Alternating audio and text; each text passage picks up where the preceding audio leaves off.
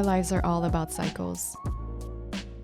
With each new season, we reinforce certain beliefs and collect fragments of wisdom along the way. Remaining the same isn't an option, and if your history classes have taught you anything, what doesn't adapt or evolve is bound to disappear, so we must focus on our own growth. Almost 1 year ago, I started adding YouTube to my schedule, and even if I've technically taken 4 months off editing over the summer, it's always been in my thoughts. Shooting live video became a weekly routine, and the project slowly consumed more of my days and brain space. It makes me so proud to look back and see that it was possible to find the courage to put myself out there after so many years of feeling stuck. With that said, I had yet to learn this would be the format of my culinary journey on YouTube, or at least the beginning of it, and I even had less of an idea of what I would find out about myself on this journey. But with each cycle that begins, others have to end. This series of food and wisdom video has been a lifesaver and a much needed time for healing. Today, I can finally celebrate the end of that cycle. Alright, so my sound's gonna be completely shit right now because I'm outside and I'm not using a microphone, and I don't really care because I just need to vent, I guess. Okay, so I'm also sick, so it's not helping. I'm kind of like in this weird vibe lately. I like where things are going with this channel. I'm really happy that it's a slow growth, to be fully honest. That way I can do a bunch of mistakes and later on, whatever, you know, it won't really be a big deal. But yeah, so I'm rethinking how I'm doing things. I'm rethinking how I want to spend the rest of my life. Call it a midlife crisis. I feel since my 30s I've been in constant rearranging of my entire life. Don't even know what I want to say. I might not even use this video. I'm so sick. So sick. Like I said, it's been like a week that I'm sick. I caught like a nasty bug on the plane. It's so annoying. So annoying. I've been like spitting and coughing green stuff. It's not pretty. It's not nice to talk about that on a cooking channel.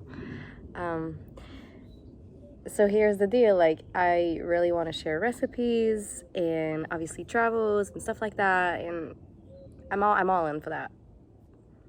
But like I started wondering, I'm like, do I even classify my channel as like a cooking channel? Like I've been having like these crazy existential crisis questions lately. Like this past week it's just been like, how do I qualify my channel? What do I want to do with my life? Where am I heading with this whole like sharing emotions and talking about cooking and going through my fears? So I don't know. It's exciting somehow because I'm like, okay, so as lost as I may seem, and I'm pretty sure I look pretty damn lost. So as lost as I may seem, I find that extremely exciting because I'm like, I have no option, but I have all the options at the same time. And you know, like a part of me has been thinking, I think I want to travel full time starting next year. And then here I am traveling, you know, with the minimum amount of clothes, just 2 backpack, one with my equipment and one with my clothes. And I'm like, I would like to be home and I would like to be painting. I live in this constant contradiction of like, I think I want to do this, and then I do that, and I'm like, nah, that's not necessarily what I wanted. And then I try something else, and I'm like, nah, that's not what I wanted either. So like, how do you find your way when you're in this kind of contradiction, vibe? And that's kind of the story of my life. So, because I know that the second I'm gonna go back home and I'm gonna be in my living room painting, the only thing I'm gonna be thinking about is traveling. And I'm gonna be looking at all my traveling videos and be like, oh, it's so nice when I'm traveling. But when I'm traveling, there's always like these tiny little annoyances that just like, oh yeah, but like I'm so fucking comfortable at home, I know it makes no sense. I know sometimes that makes absolutely no sense. And I think I'm not the only one that's going through these existential questions. But as long as we keep moving forward, despite having all these questions, I think that's the main that's the main thing we need to kind of just focus on. It's like, despite whatever kind of contradictions going in your mind, you want to try this, you want to try that, as long as you try, I'm totally in that vibe of not knowing anything. It's just like, where I'm going, what I'm doing, how do I want to call my episode. Sometimes I'm thinking I'm like really breaking my head trying to do these intros, and sometimes I just feel really called to do them. Like, it's just, I can't help myself. It's just like, okay, you have to sit in front of your camera, or like you have to sit in front of the podcast microphone and you have to just talk, and do that. I'm so sorry. So sick. So sick.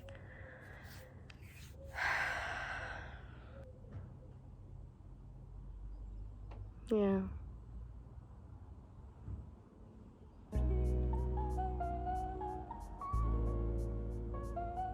I literally have no idea what I'm doing. Alright, you'll have to forgive me for this lengthy introduction. As you may or may not imagine, going through so much emotional baggage and lessons to regurgitate these digestible, wisdom-filled video can be taxing, and hence why I'm only able to create one of these a month. And this last year has been an incredible adventure filled with anxiety-inducing events, publicly displayed self-therapy, aka this series, which has done the necessary work, but now the fire burning inside my soul is screaming to experiment with other concepts.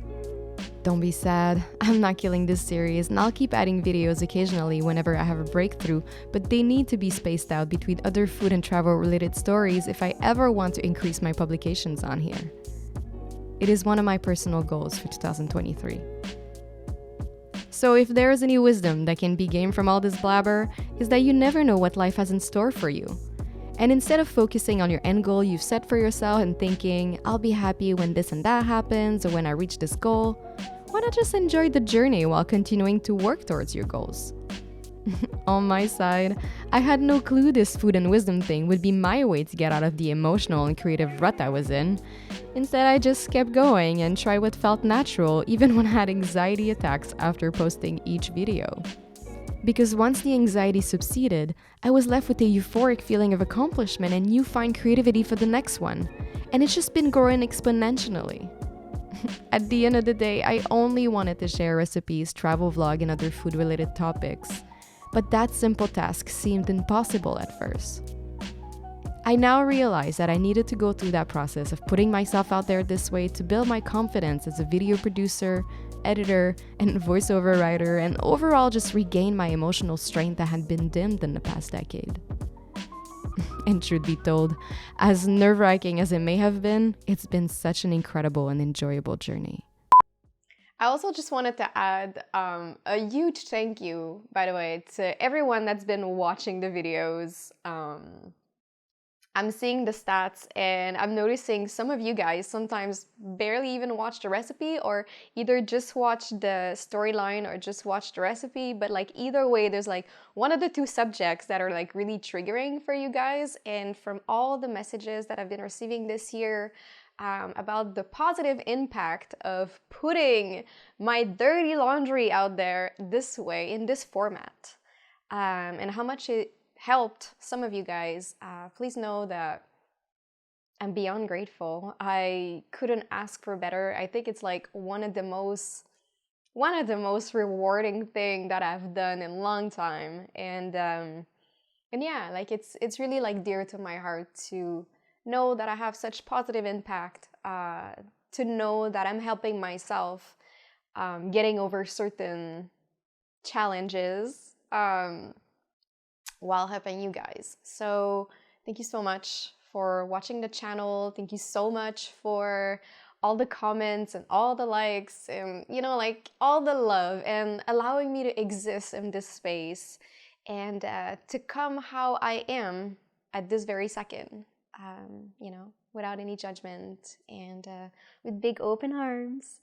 Truly, it touches me like a lot. It's beautiful. It's really beautiful to share this space with you and to be able to express myself like that. This is kind of what I wanted to say to begin this new year. So happy 2023, everyone. I'm so happy to be here once again for another episode of Food and Wisdom. I will not extend too much on this vloggy part. I want to go to the voiceover. But yeah, thank you. Thank you so much for being there and accepting me again. I love you all. You are very dear to my heart. And yeah. Let's start the episode. Enough rambling. Just let's start the episode. So now we're gonna talk about food, and today's recipe is for a minestrone, which I find perfectly fitting as I always thought the minestrone to be the holy grail of soups. Historically, it was made from gathering the leftover pasta and vegetable from previous meal to ensure food was not wasted. Pretty much like the wisdom you gain along the way until the end of a cycle and before beginning a new one. This soup has everything to keep your belly full and your mind happy on your next journey. It has all the skills, all the ingredients. So the basic you need to remember when making a minestrone goes as such. Tomato-based soup that features seasonal vegetable, but you'll absolutely need the essential carrots, celery, onion, and garlic. As for spices, the usual is oregano, basil, bay leaf, and thyme. Dried or fresh doesn't matter, just use what you got. It also includes pasta like shelf, orecchiette, or big tube, and a bean of some sort. What I like about a recipe like the minestrone is that once you follow the basic guideline, you can improvise and make your own version. You can then go on and create your own badass minestrone that will be passed down for generation, and that's pretty cool if you ask me. Oh, and one last detail before we officially start. This recipe makes a lot of soup, so make sure you have a big pot and a lot of container to store the final product. Now, because I'm kind of a purist when it comes to cooking, if you have not noticed yet, I really wanted to make my own pasta for the soup. So since I had never made orecchiette before, this is the challenge I attempted. Usually, this type of pasta is made entirely out of durum semolina, doesn't contain egg, but here I'm using my basic universal pasta dough recipe, which you can find the ingredient in the description box down below. I'm sorry in advance for all the Italian grandma I might be offending at this point. Mix the flour, add the eggs, knead it until the flour is all hydrated, and let it rest for at least 30 minutes so the gluten relaxes and it becomes easier to handle. Then it's time to shape. Pick a piece of your pasta dough and keep the rest covered so it doesn't dry. Roll a log and cut a bunch of tiny pieces. The size doesn't really matter, but keep in mind that the pasta will double in size once cooked. Here I'm using a butter knife to shape my orecchiette. With gentle and firm pressure, I slide down the knife on the dough to stretch it while holding it with my other hand so it doesn't curl up. Then I use my thumb to finish the shaping and give the orecchiette its recognizable shape. And voila! Step 1 is complete and can be made days in advance. Oh, and last thing, wait for the orecchiette to be slightly drier before transferring them in a freezer container until you're ready to use them. Now back to the soup. First, we're going to cut all our vegetables. Small cubes look really pretty, so that's what I'm doing.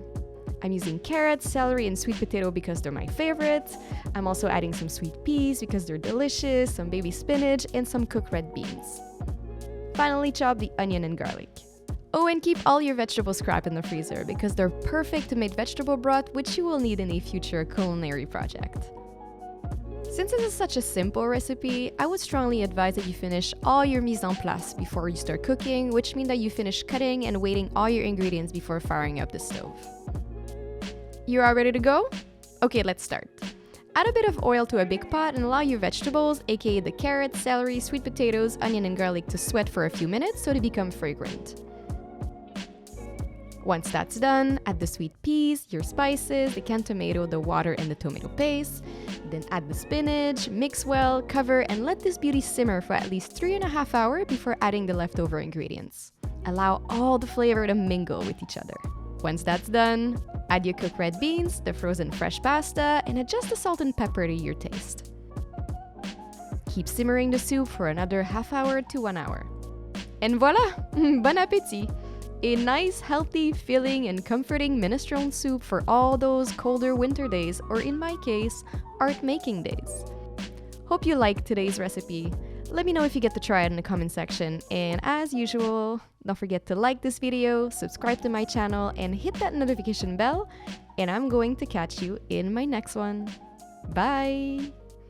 I'm missing just those like those little, like, you know, I don't know how to explain that. I don't know what's the name of those things, but yeah.